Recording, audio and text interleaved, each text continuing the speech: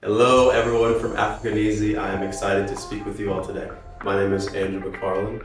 A lot of people know me as Tony for my wife and kids. I'm learning how much the Brazilian audience is loving me. For sure. I think 90% of the show My Wife and Kids was big in a few different markets. Like it was quite big in the UK. And it was playing in other countries too. Like I have people who are German and even like Polish and Australian. The show was everywhere, but it was, I think, the biggest in Brazil. So I believe something like 99% of the people that follow me on Instagram now are all from Brazil.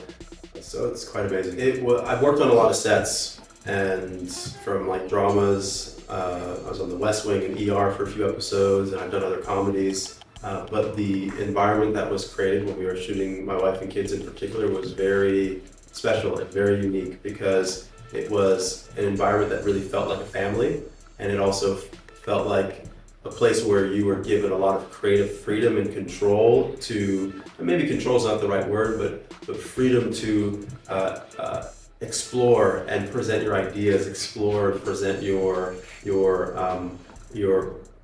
jokes, you know, your punchlines, your improvisation. And so it was an environment where there was a lot of trust and support for you as an actor, and just a lot of fun, you know, a lot of fun overall.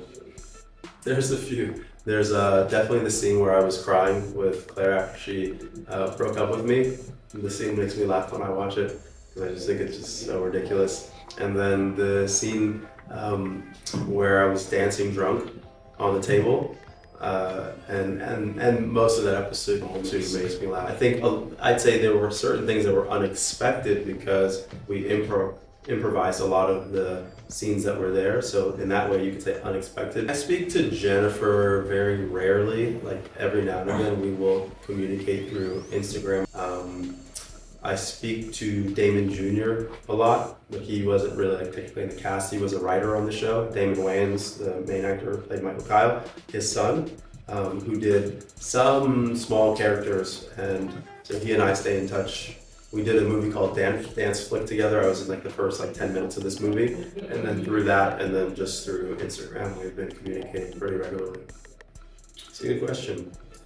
I'm someone who really is into health. So I like to stay active and exercise and eat well. I'm someone who is very entrepreneurial. I like business. I'm someone who likes to be connected to myself and other people, so I'm meditating a lot and like to learn. So I like to read and listen to podcasts. And I'm someone who's just like also quite playful. So I like enjoying and being very playful with friends and people that I meet. I would hope to be remembered as someone who loved people, who was loving, you know, to people around me and cared for the people around me. To me, I think this is the most important thing in life.